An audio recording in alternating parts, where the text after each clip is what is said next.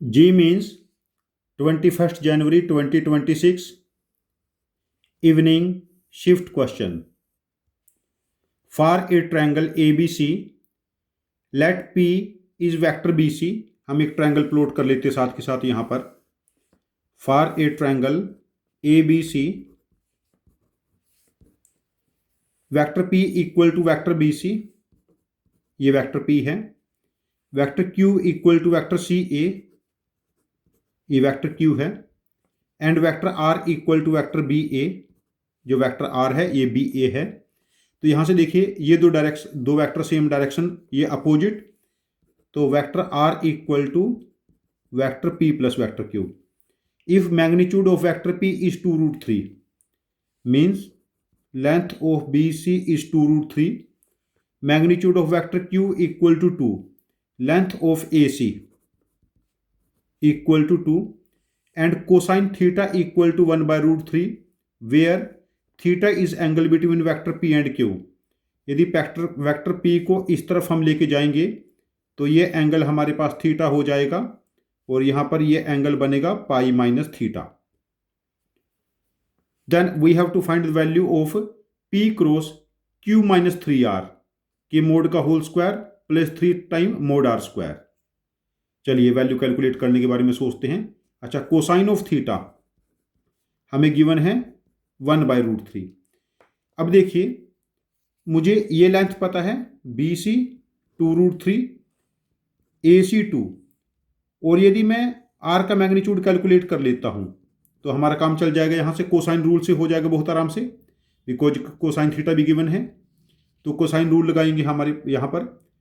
Cosine of pi minus theta, तो ये क्या बनेगा P square that is 12, Q square 4 minus R square upon 2 into 2√3, 2 into 2 into 2√3.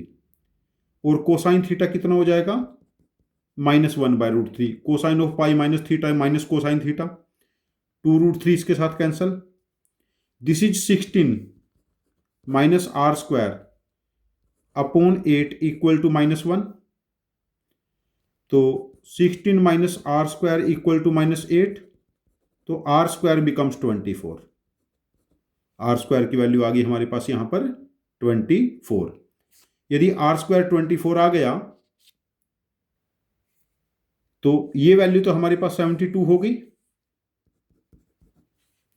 24 R के mod का square तो 24 आ गया, इंटू 3 72 हो गई. अब हमें ये वैल्यू कैलकुलेट करनी है, इस वैल्यू पे फोकस करते हैं. देखिए हमें डायग्राम से पता है vector R equal to vector P plus vector Q. Vector R equal to vector P plus vector Q. अब देखिए यहां से this is P cross Q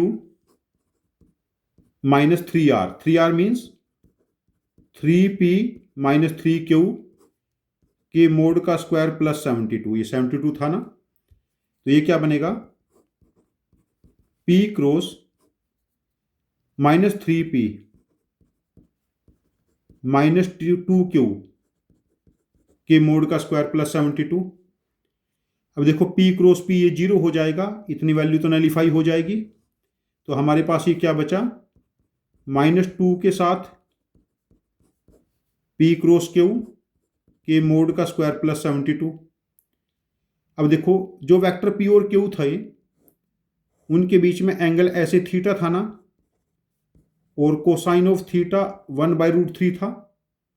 तो यहां से P क्रॉस Q यूज करेंगे, 2 का स्क्वायर 4, P के मोड का स्क्वायर Q के मोड का square sine square theta plus 72 हो जाएगा क्रॉस प्रोडक्ट से.